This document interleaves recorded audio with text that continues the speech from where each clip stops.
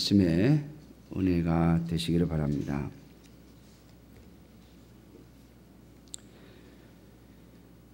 오늘 본문 11장 2절에 보면 선진들, 바로 우리의 믿음의 조상들이죠.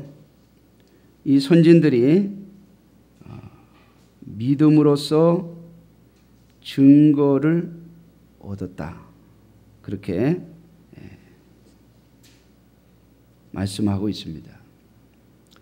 사랑하는 성도 여러분, 오늘 이 세상을 살아가는 저와 여러분들이 하나님 앞에서 하나님의 백성으로 하나님의 자녀로 살아가기 위하여 우리에게 필요한 것이 있는데, 그것은 바로 하나님의 역사하심과 또 하나님의 사랑하심에 대한 증거입니다. 하나님께서 우리를 사랑하신다고 하는 것, 우리가 끊임없이 이야기하고 또 말하지만 이 세상에 사는 모든 사람들이 그 하나님의 사랑을 다 받아들이지 않습니다. 왜냐하면 눈에 보이는 것을 가지고 하나님의 사랑을 이해하고 또 생각하기 때문입니다. 하나님께서 우리에게 베풀어 주신 하나님의 은혜와 사랑은 오직 믿음으로만 가능한 것입니다. 하나님께서 이스라엘 백성들에게 끊임없이 요구하신 것이 있어요. 그것이 뭔가 하면 너희들이 애굽에서 내가 너희들을 구원했다고 하는 사실을 잊지 말아라. 그래서 십계명 맨 앞에도 하나님께서 이스라엘 백성들과 언약을 맺으실 때도 그 말씀을 하십니다. 나는 너희를 애굽 땅 종되었던 곳에서 너희를 인도하여 낸 여호와다. 이것을 잊지 말라는 것이죠. 그런데 이스라엘 백성들이 그 조상들로부터 이 이야기를 들을 때 여러분 어떤 이야기를 듣겠어요? 하나님께서 애굽에서 우리를 구원해 내실 때 이 10가지 재앙으로 말미암아 바로를 항복시키시고 우리를 애굽에서 나오게 하셨다. 그 10가지 재앙들을 보면 참으로 놀라운 이야기들이 많이 있죠. 거기에 보면 메뚜기 때가 오는데 애굽에 있는 모든 작물들을 다 갉아먹는다. 과연 그런 일이 있을 수 있을까? 근데 제가 뉴스를 보니까 얼마 전에 우리나라에도 남쪽에 남부지방 어디에 메뚜기 떼가 출현해가지고 그냥 농작물을 다 떼로 몰려다니면서 농작물을 갉아먹는다는 뉴스를 봤어요. 또 얼마 전에는 저 몽고 지역에 메뚜기 떼들이 막 날아다니면서 그 양들을 먹일 이 풀들을 다 뜯어먹고 갉아먹고 그리고 옮겨감으로써 양들을 키울 수가 없는 지경이라고 하는 그런 뉴스도 보았습니다. 당해보지 않으면 상상할 수 없는 또 이해가 되지 않는 그러한 재앙들이죠. 그러나 정말 믿기 어려운 이야기가 하나 있죠. 하나님께서 이스라엘 백성들을 애굽에서 건져내실 때 홍해를 갈라서 그들을 애굽 땅으로부터 벗어나게 하셨다는 거예요. 여러분, 이스라엘 백성들이 건넌 홍해는 이 애굽 땅의 경계입니다. 경계. 이 홍해를 건너오면 더 이상 애굽의 군대가 넘어오지 못합니다.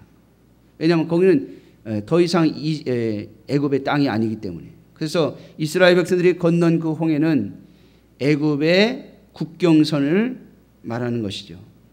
그런데 이 국경선을 넘을 때, 애굽의 국경선을 넘어갈 때 하나님께서 이 홍해라고 하는 바다를 갈라서 이스라엘 백성들이 육지처럼 건너가게 하셨다는 거예요. 여러분, 인간의 사고와 인간의 이 과학적인 생각을 가지고는 도저히 이해할 수도 또 믿어지지도 않는 일이죠. 그러나 하나님은 이스라엘 백성들에게 그것을 잊지 말라고 말씀하시며 그것을 믿고 하나님께서 그렇게 구원하신 것을 믿음으로 받고 하나님의 백성으로서의 삶을 살으라고 하신 거죠. 오늘 우리에게도 동일한 믿음을 요구하십니다. 예수님께서 십자가에 죽으셨다고 하는 것은 이 세상의 모든 인간이 다 인정하는 바입니다. 무식한 자가 아니고서는 세계 역사, 인간의 역사 기록에 예수라고 하는 자가 지금으로부터 약 2000년 전에 유대 땅 예루살렘에서 십자가형을 당하고 죽었다고 하는 것은 인류 역사의 기록에 남아 있는 것이에요. 옛날에 인간의 지식이 부족할 때 어떤 사람들은 예수님이 십자가에 못 박혀 죽었다고 하는 것은 전설이라고 그저 전해 내려오는 이야기일 뿐이라고 주장하는 자들도 있었습니다. 그러나 제가 신학대학을 다닐 때 빌라도 보고서라고 하는 문서가 발견이 됐어요. 그 빌라도 예수님을 십자가에 못 박으라고 사형 언도를 내렸던 그 빌라도가 당시 자기의 로마의 황제에게 보고서를 썼는데 그 보고서에 예수님에 대한 이야기가 나와요.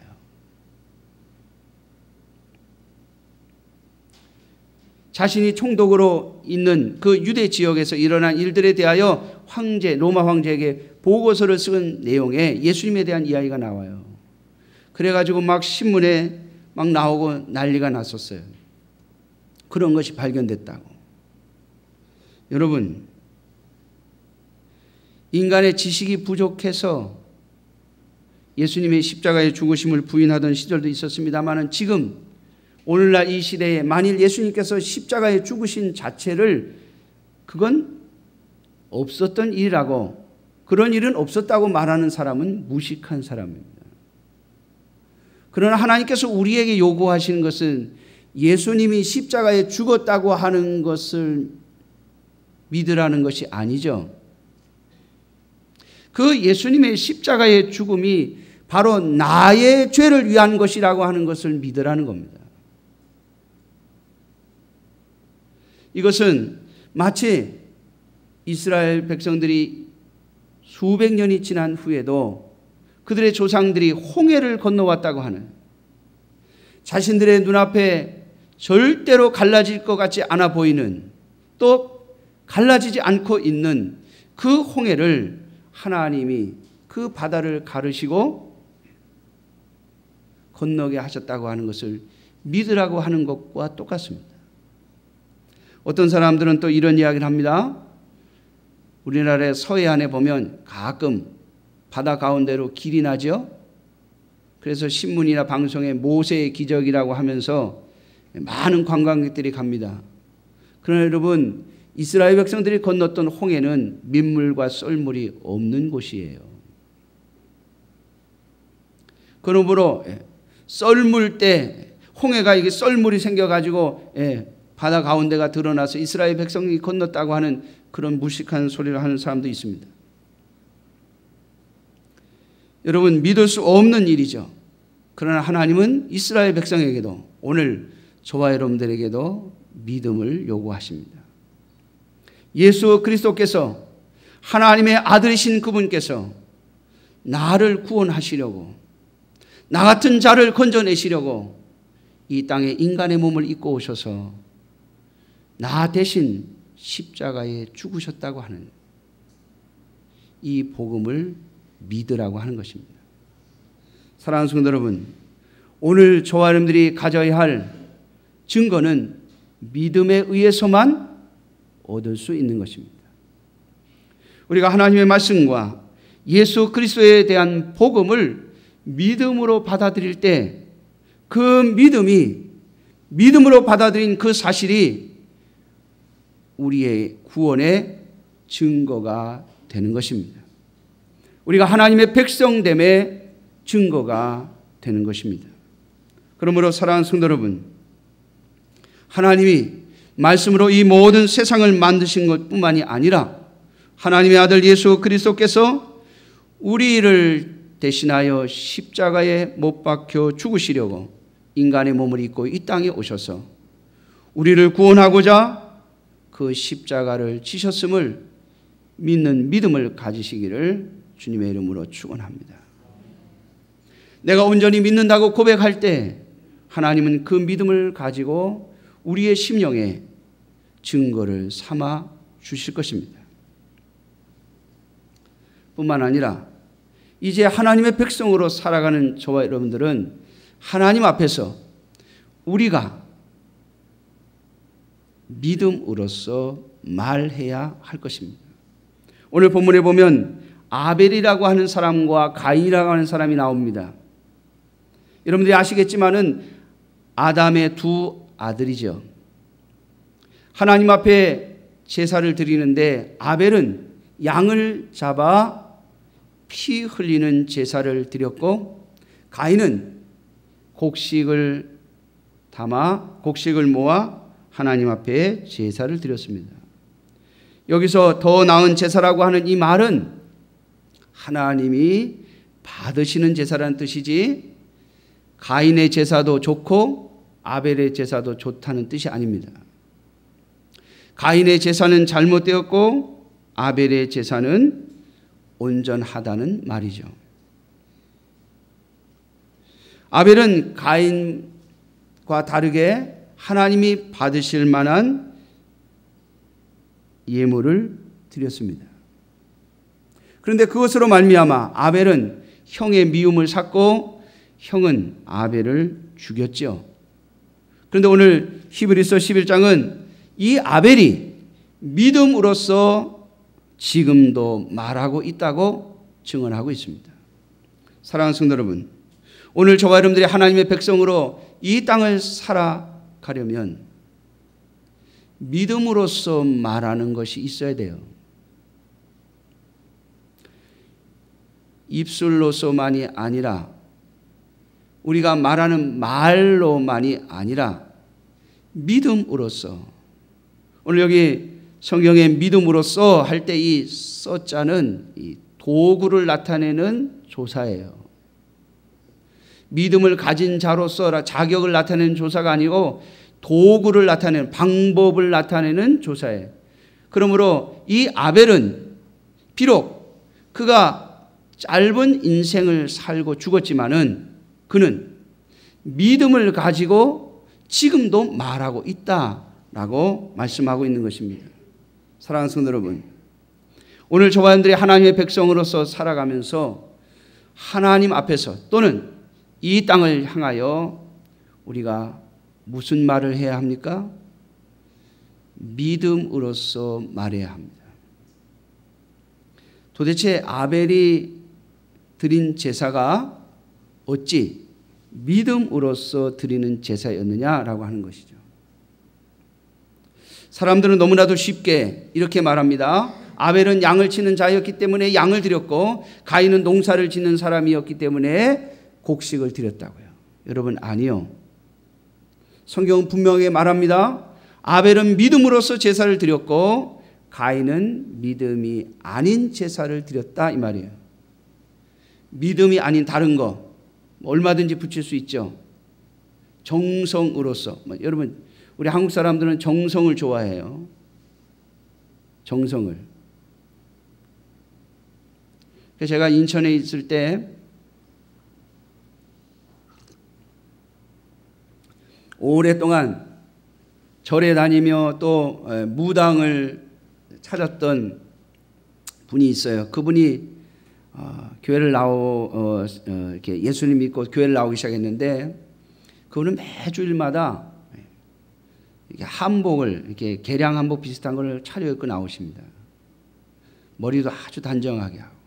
언제 한번 대화를 나눌 기회가 있어서 물어봤더니 그분은 주일마다 목욕 재개를 한대요. 목욕 재개. 여러분, 주일 아침마다 목욕 재개. 해보셔서 저는 안 해봐서 잘 모르겠어요. 그 빌로 갈 때, 절에 빌로 갈 때나 아니면 무당에게 빌로 갈 때, 뭔가 빌을 때 목욕제게 해요. 근데 어떻게 하냐 물어봤더니 주일 새벽에 일어나면, 아침에 일어나면, 새벽에 일어나면 찬물로 샤워를 싹 한답니다. 찬물로. 맑은 정신으로 정성을 드리겠다는 것이죠. 여러분, 한국 사람들만큼 정성을 잘 드리는 또 민족도 별로 없죠.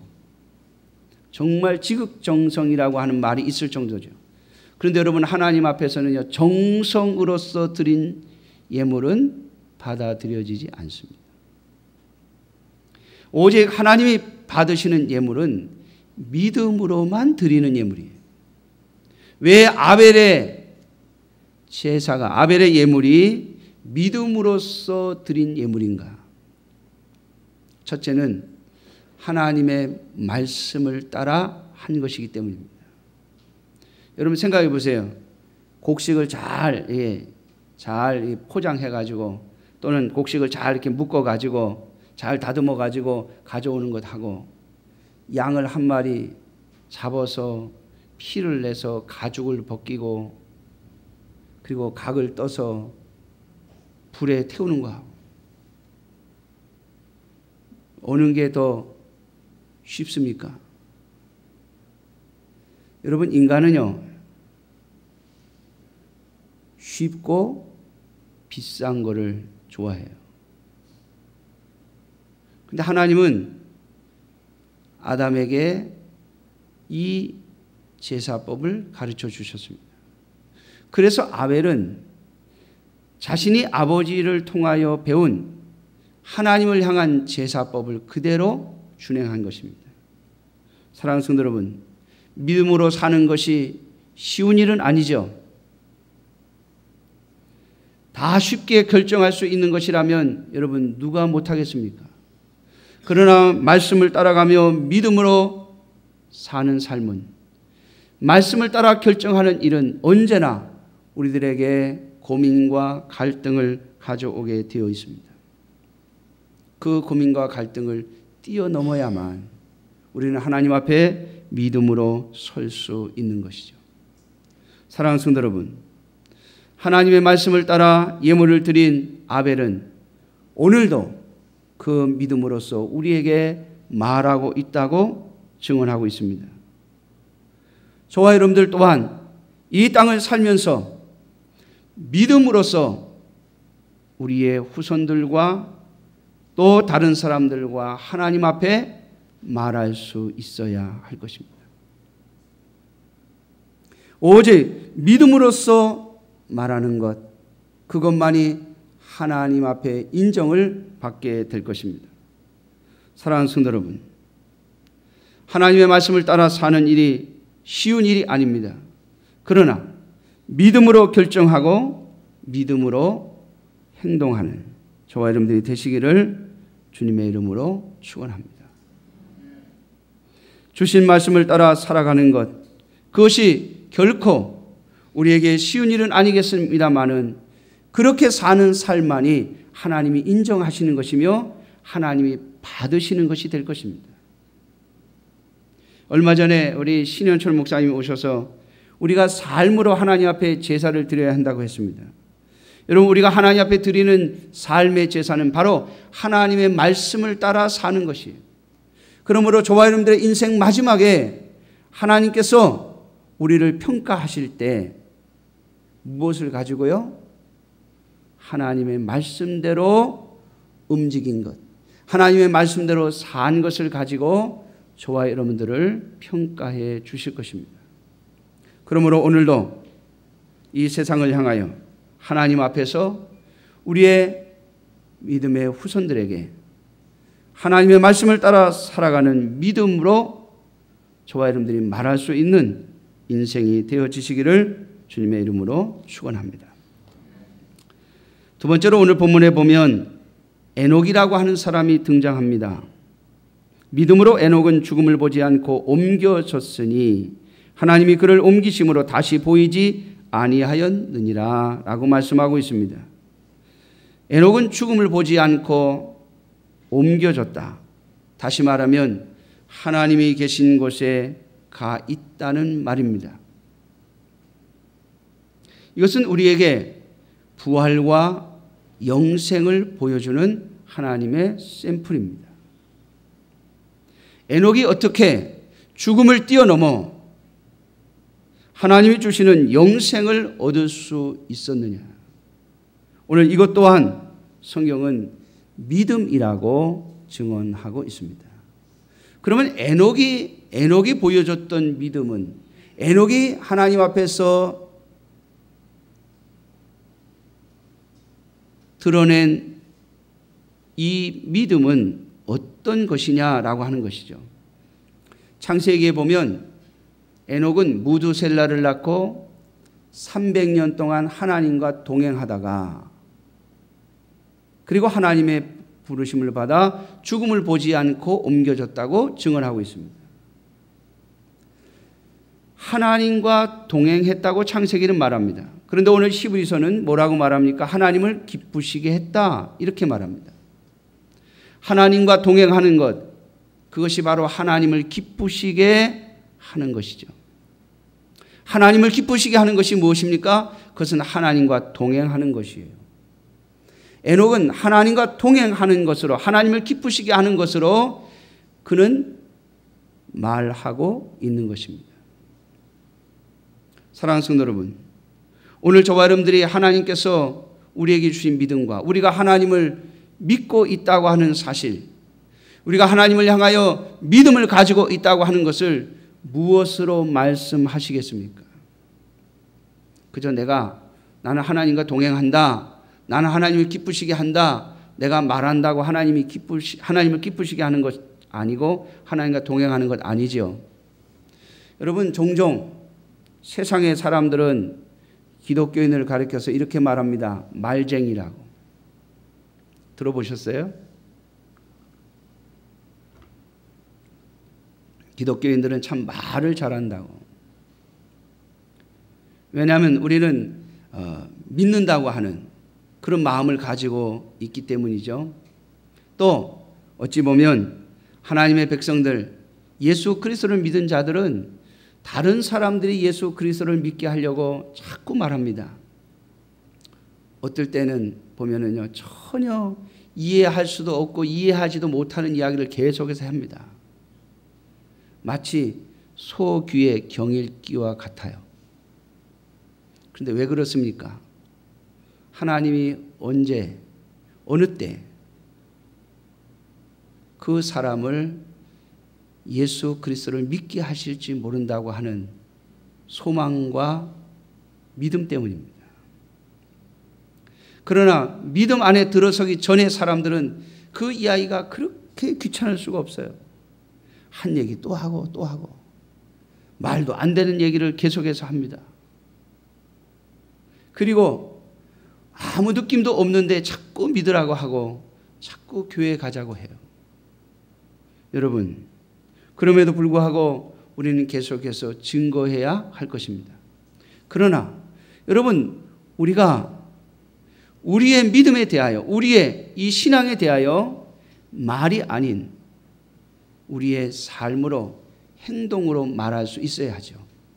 오늘 에녹이 가지고 있었던 믿음이 무엇인가, 그가 보여주었던 믿음의 행동이 무엇인가를 잠깐 보려고 합니다. 오늘 6절은 그에 대한 설명입니다. 믿음이 없이는 하나님을 기쁘시게 하지 못하나니. 여러분, 에녹이 하나님을 기쁘시게 했다고 했습니다. 그런데 이 기쁘시게 함이 믿음이 없이는 되지 않는다고 말하면서 이 믿음이 무엇인가를 오늘 6절은 우리들에게 설명해 주고 있습니다. 하나님께 나아가는 자는 반드시 그가 계신 것과, 여러분, 하나님이 계신 것을 믿으십니까? 정말 하나님이 계신 것을 믿으십니까? 여러분, 하나님이 계신 것을 믿는 사람은 기도하는 사람입니다.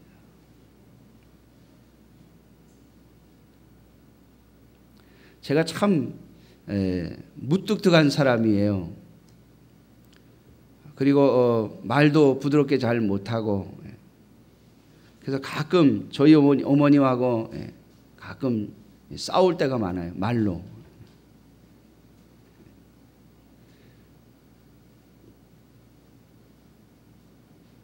근데 제가 저희 어머님한테 전화를 잘 안 합니다.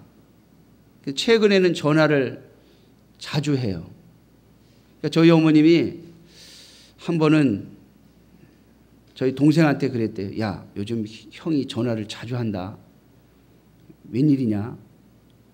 그러니까 저희 동생이 그 소리를 듣고요, 저한테 전화를 해서 전해주는 거예요. 형, 엄마가 전화 자주 한다고 되게 좋아하네. 그래요. 그러더니 몇 주 지난 다음에 저희 어머님이 전화를 하셔가지고 너 무슨 일이 있냐? 이러더라고요. 안 하던 행동하면은 꼭 묻죠. 무슨 일이 있냐고. 그래서 왜요? 아무 일 없는데요. 그랬더니 근데 왜 요즘 이렇게 전화를 자주 하냐? 그래요.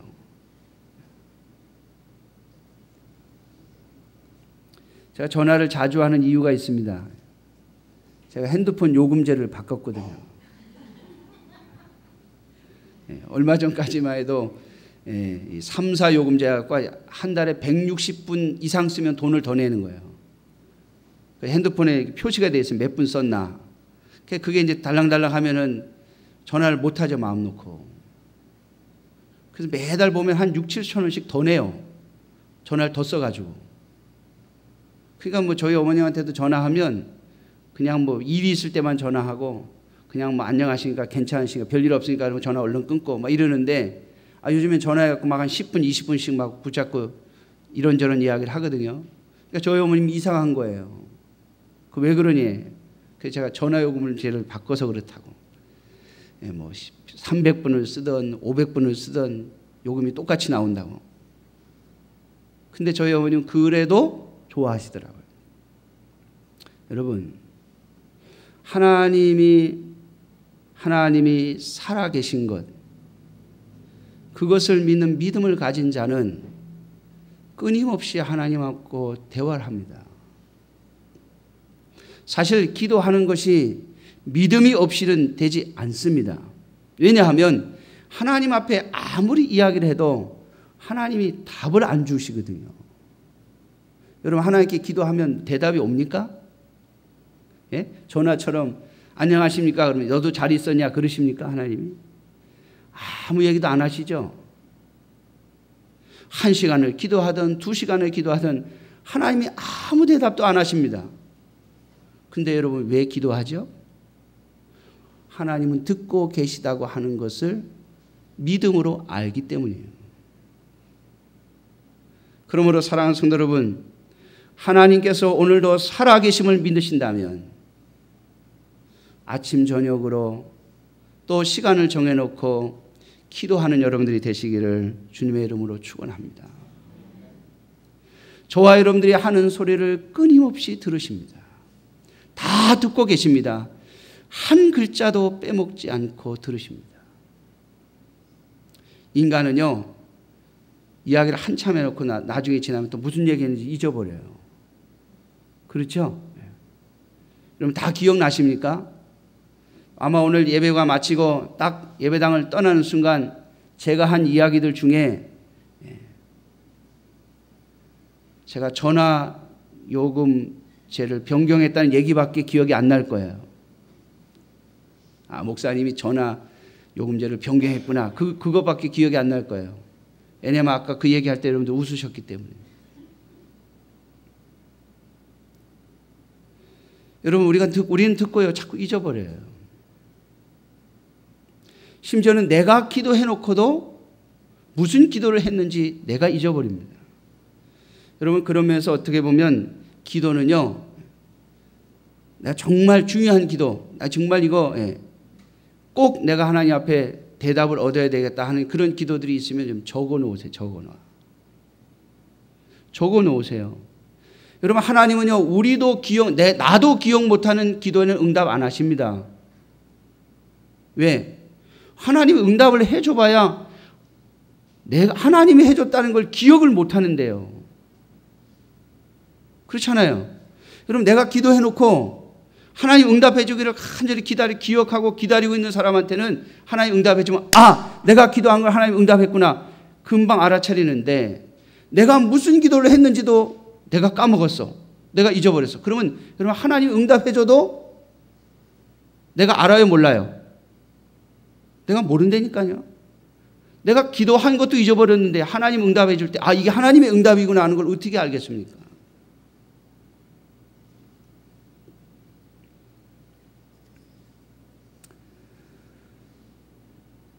좀 몇 년 된 이야기입니다만은 저희 딸이 눈에 수술을 하고서 눈동자 틀어진 걸 이렇게 한 90% 정도 교정을 했어요. 지금 이렇게 얼핏 보면 이게 잘 몰라요. 근데 저는 그걸 하나님이 들어주셨다고 하는 것을 저는 믿음으로 알고 있습니다.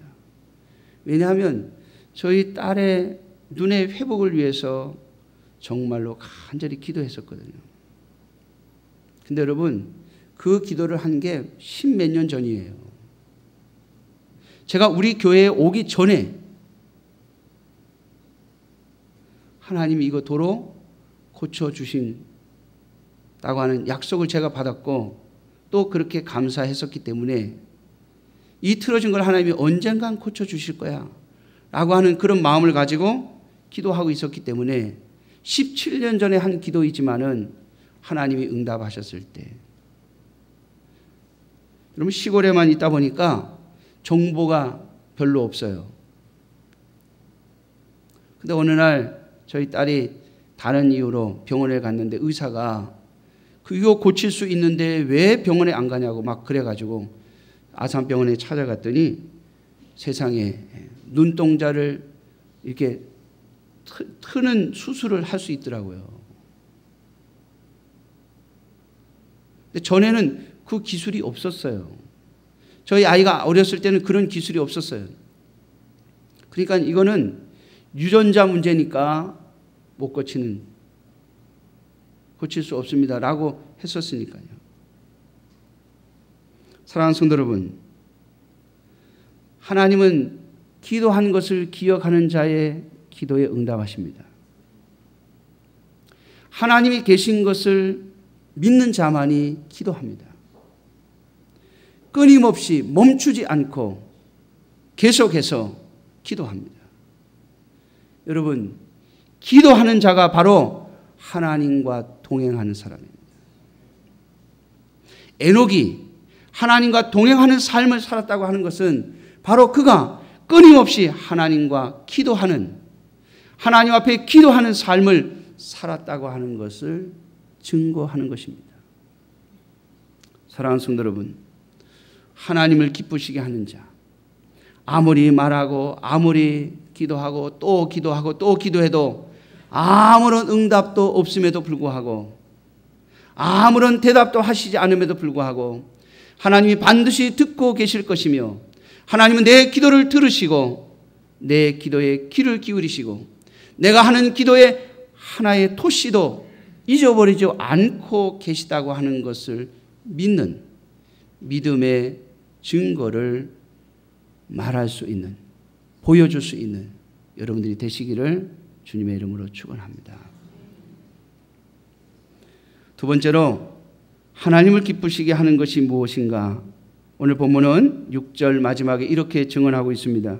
또한 그가 자기를 찾는 자들에게 상 주시는 이심을 믿어야 할지니라. 하나님을 찾는 자들에게 상 주시는 이심. 하나님을 찾는 자들에게 하나님은 대답하시는 분입니다. 여러분, 우리가 아무리 하나님 앞에 기도하고 또 기도하고 말하고 또 말해도 하나님이 아무런 대답도 하시지 않음에도 불구하고 믿음을 가진 자는 하나님이 다 듣고 계신 줄 알고, 하나님이 오늘도 토시 하나 잊어버리지 않고 듣고 계심을 알고 계속해서 기도합니다. 그런데 거기에 또 하나의 믿음이 있어야 합니다. 아무런 대답도 아무런 응답도 주시지 않는 그 하나님을 향하여 반드시 내가 하나님께서 나에게 응답을 주실 것이라고 하는 것을 믿고 기다리는 사람입니다. 오늘 에녹은 자기를 찾는 자들에게 상 주시는 이심을 믿는 그 믿음을 가지고 하나님과 300년을 기다리며 동행했습니다. 그러자 300년 뒤에 드디어 하나님께서 에녹에게 응답을 주세요. 뭘 주셨습니까? 영생을 주셨어요. 영생을. 사랑하는 성도 여러분, 우리가 받아야 할 가장 큰 상이 무엇입니까? 저와 여러분들이 하나님 앞에서 받아야 할 가장 큰 상이 무엇입니까? 그것은 바로 영생입니다. 우리가 이 세상의 모든 것을 다 손에 쥔다 할지라도 영생을 얻지 못하면 그 사람의 인생은 망한 인생입니다. 그런데 하나님께서는 에녹을 통해서 오늘 우리에게 말씀하십니다. 내가 살아있는 하나님임을 믿고 나를 찾는 자에게 반드시 상 주는 존재임을 믿고 기다리는 것, 그것이 바로 하나님을 기쁘시게 하는 믿음이라고요. 사랑하는 성도 여러분, 하나님께서 저와 여러분들에게 응답하실 때까지 우리의 인생 마지막 순간까지 변치 않는 믿음으로 설 수 있는 저와 여러분들이 되시기를 주님의 이름으로 축원합니다. 끝까지 기도하는 저와 여러분들이 되시기를 바랍니다. 하나님은 자기를 찾는 자들에게 상 주시는 이심을 믿어야 할 거라고 말씀하고 있습니다. 오직 믿음으로써 말할 수 있는 저와 여러분들이 되셔서 하나님이 주시는 응답, 그리고 이 세상을 향하여 믿음으로 말하며 또 하나님과 인생 마지막까지 동행하여 영생을 얻는 저와 여러분들이 되시기를 주님의 이름으로 축원합니다. 기도하겠습니다.